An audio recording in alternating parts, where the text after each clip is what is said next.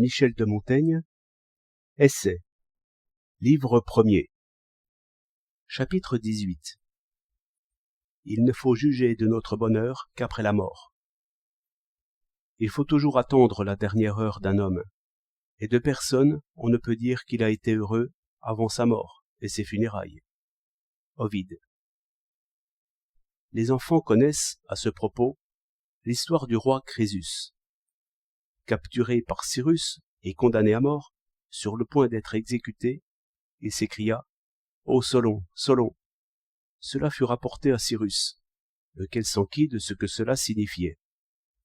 Crésus lui expliqua qu'il vérifiait maintenant à ses dépens l'avertissement que lui avait donné autrefois Solon, selon lequel les hommes, quelque bonne figure que leur fasse le destin, ne peuvent se dire heureux avant d'avoir vu s'écouler le dernier jour de leur vie, tellement les choses humaines sont incertaines et diverses, au point qu'une variation minime peut les amener à passer d'un état à un autre complètement opposé. Et pourtant, voici ce que répondait Agésilas à quelqu'un qui disait le roi de Perse heureux d'être parvenu fort jeune à une situation si importante. Oui, mais Priam, à cet âge, n'était pas malheureux non plus. Plutarque. Parmi les rois de Macédoine, successeurs du grand Alexandre, on trouve tantôt des menuisiers et des greffiers à Rome, des tyrans de Sicile, des maîtres d'école à Corinthe. Un conquérant de la moitié du monde, général de tant d'armées, devient un misérable suppliant aux pieds des médiocres fonctionnaires du roi d'Égypte. Voilà ce qu'a coûté au grand Pompée la prolongation de sa vie pour 5 ou 6 mois. Et du temps de nos pères, Ludovic Sforza, 10e duc de Milan, qui avait si longtemps agité l'Italie contre nous, finit ses jours prisonnier à Loches, mais après y avoir passé 10 ans, ce qui est bien le pire. La plus belle reine, veuve du plus grand roi de la chrétienté, ne vient-elle pas de mourir par la main du bourreau? Indigne et barbare cruauté. On pourrait citer 1000 exemples de la sorte, car il semble que, comme les orages et les tempêtes sont piqués au vif par l'orgueilleuse allure de nos bâtiments, il y ait aussi là-haut des esprits jaloux des grandeurs d'ici-bas. Tant il est vrai qu'une force cachée renverse les puissances humaines, foule aux pieds l'orgueil des faisceaux et des haches impitoyables, et s'en fait un objet de dérision.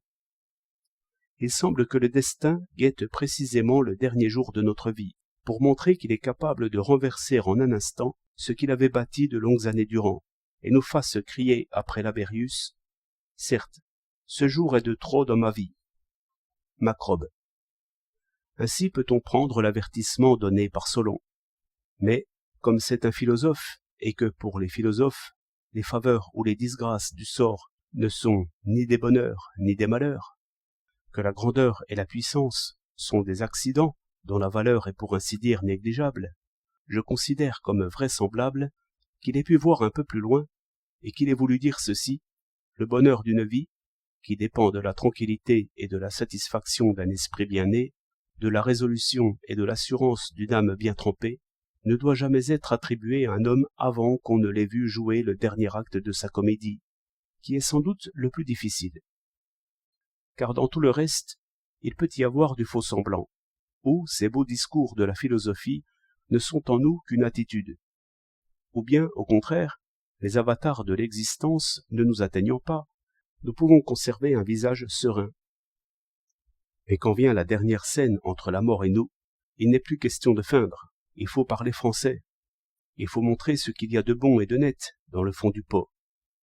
Car alors seulement, des paroles sincères nous sortent du fond du cœur, et le masque enlevé, la réalité demeure. Lucrèce.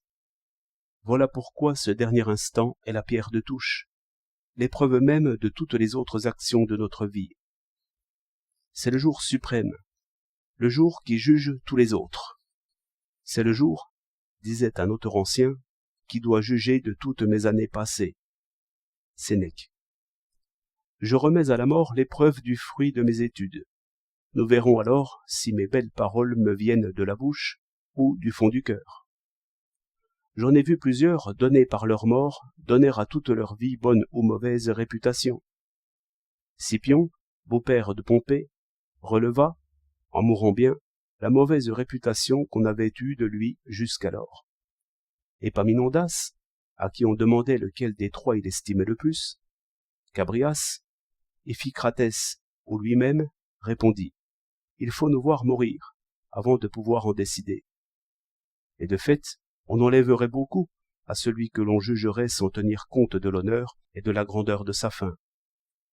Dieu l'a voulu comme il lui a plu, mais de mon temps, les trois plus exécrables personnes que j'ai connues pour avoir eu les vies les plus abominables et les plus infâmes ont eu des morts réglées et arrangées en toutes circonstances jusqu'à la perfection. Il est des morts belles et bienheureuses.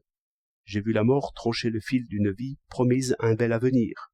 Je l'ai vu arrêter net quelqu'un en plein épanouissement, par une fin si remarquable qu'à mon avis, ses ambitieux et courageux desseins n'atteignaient pas la hauteur de leur interruption. Sans avoir besoin d'y aller, il arriva où il le souhaitait, plus noblement et plus glorieusement que ne l'envisageaient son désir et son espérance. Et il devança par sa chute le pouvoir et le nom auquel il aspirait par son action. Pour juger de la vie d'autrui, je regarde toujours comment s'en est passée la fin. Et l'un des principaux soucis que j'ai de la mienne, c'est qu'elle se passe bien, c'est-à-dire tranquillement et sans bruit.